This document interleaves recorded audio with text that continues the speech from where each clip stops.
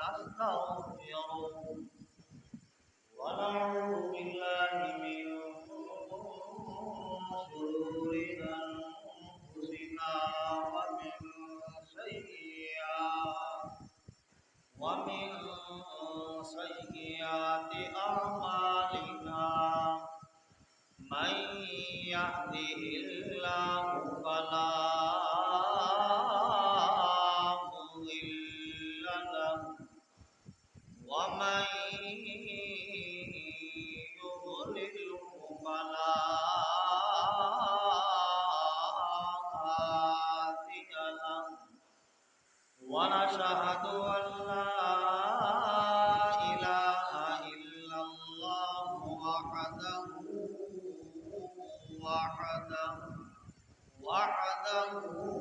لا شريك له ونشهد أن سيدنا ومولانا محمدا عبده ورسوله أما بعد فأعوذ بالله من الشيطان الرجيم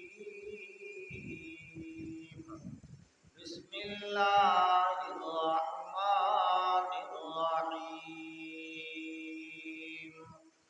قد أفلح من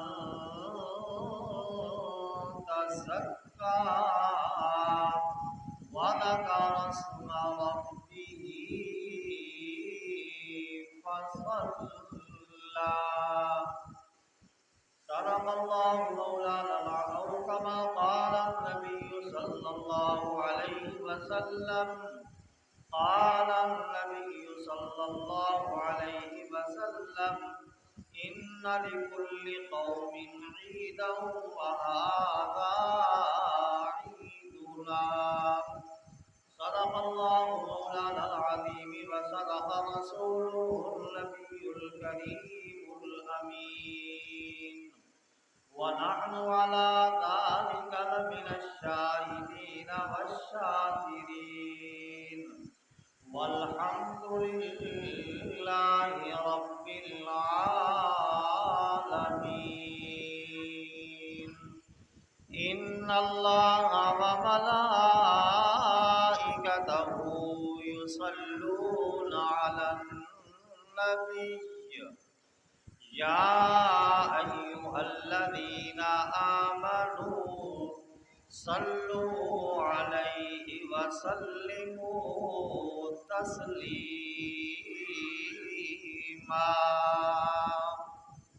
سارے حضرات بآواز بلند نماز والا درود پاک پڑھ لیں اللهم صل على محمد وعلى آل محمد كما صليت على إبراهيم وعلى آل إبراهيم إنك حميد مجيد اللهم بارك على محمد وعلى آل محمد كما باركت على إبراهيم وعلى آل إبراهيم إنك حميد مجيد يا صاحب الجمال ويا سيد البشر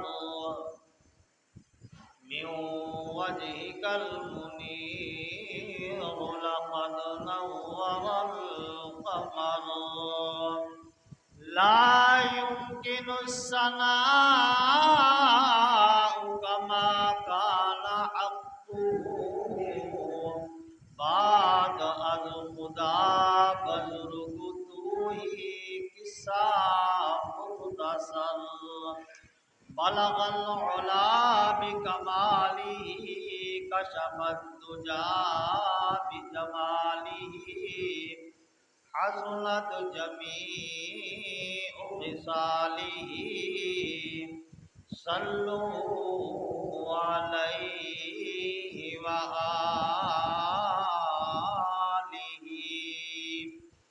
آگاہ اپنی موت سے کوئی